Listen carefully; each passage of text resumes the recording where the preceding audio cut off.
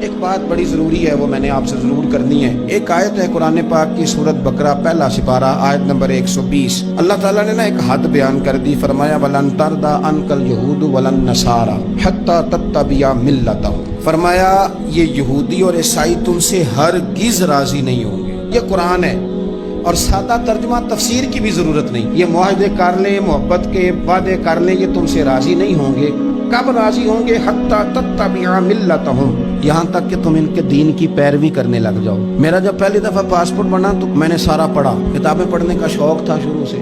اس کے ہر صفحے پہ لکھا ہے کہ سوائے اسرائیل کے، یعنی آپ پوری دنیا میں یہ سبز ہلالی پاسپورٹ لے کے جا سکتے ہیں، خبردار اسرائیل آپ یہ پاسپورٹ لے کے نہیں جا سکتے۔ یعنی اتنی نفرت کسی ملک سے کہ اس پر لکھ کے چھاپ دیا ہر صفحے پر کہ یہ پاسپورٹ سوائے اسرائیل کے ہر ملک کے لیے کارآمد ہے۔ میرا سوال ہے عرب کے ان لیڈروں سے جنہوں نے اسرائیل کے ساتھ معاہدہ کیا، مجھے بتاؤ تمہیں فلسطین کی بیٹیاں بھول گئی نا ساری کی ساری؟ تمہیں وہ ماں بھول گئی نا جو مسجد اقصیٰ کے دروازے پہ کھڑی ہو کے چیخیں مارتی تھی اور کہتی تھی کوئی علی کو خبر کرو کہ میری بچیاں قید میں ہیں؟ وہ بھول گئی؟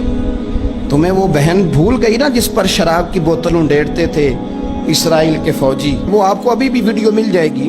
وہ انڈیلتے تھے شراب کی بوتل، اسے پکڑتے تھے، دست درازی کرتے تھے، اور وہ بیٹی کہتی تھی یا رحمت للعالم۔ بھول گیا تمہیں وہ سارا کچھ؟ تم نے 1 منٹ لگایا اور تم معاہدہ کس سے کروا رہے ہو؟ امریکہ کے صدر سے؟ اتنا ظلم کیا تم نے، اتنا قاتل کے ساتھ معاہدہ؟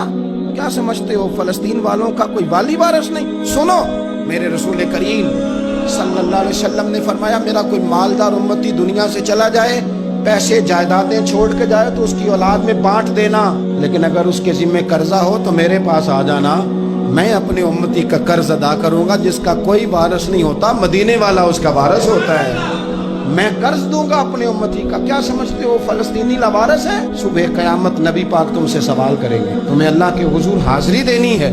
کیوں نہیں صلح کرتا اسرائیل فلسطین کے ساتھ؟ لبنان کے ساتھ دوستی کیوں نہیں کرتا؟ شام سارا کٹ گیا اسرائیل کی وجہ سے، آج تمہیں خیال آیا ان کے ساتھ معاہدہ کرنے کا؟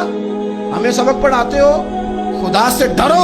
اور پھر اقبال کہتے ہیں مسلمانوں سے مایوس نہ ہونا، حکمرانوں سے زیادہ امیدیں بھی نہ لگانا۔ وہ جو چھوٹے چھوٹے لوگ نکلے تھے نا صحرا سے، بظاہر غریب تھے، بظاہر ان کے پاس مال نہیں تھا، وہ خالد بن ولید جیسے، وہ سعد بن ابی وقاص جیسے، بظاہر ان کے پاس زیادہ اسلحہ نہیں تھا۔ اقبال کہنے لگے مایوس نہ ہونا، یہ نہیں کہنا بن کچھ نہیں سکتا، فرمانے لگے رات میں نے سنا ہے فرشتے آپس میں باتیں کر رہے۔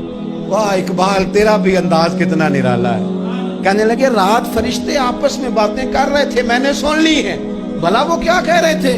یہ سارے لوگ نا خالد بن ولید، سعد بن ابی وقاص، یہ صحرا کے رہنے والے، اور اس وقت کی سب سے سپر پاور روما کہلاتی، الٹ پلٹ کے رکھ دی ساری رومی سلطنت۔ تو اقبال کہنے لگے رات فرشتے آپس میں باتیں کر رہے تھے کہ سنا ہے پاکستان کے، ہندوستان کے مسلمان جوان مایوس ہو گئے۔ کہنے لگا نہ مایوس ہونا، نکل کے صحرا سے، جس نے روما کی سلطنت کو الٹ دیا تھا، نکل کے صحرا سے۔ گرمی دیکھو اس شیر کی، ولولہ دیکھو اس مرد کا جو مصور پاکستان ہے، نکل کے صحرا سے جس نے روما کی سلطنت کو الٹ دیا تھا۔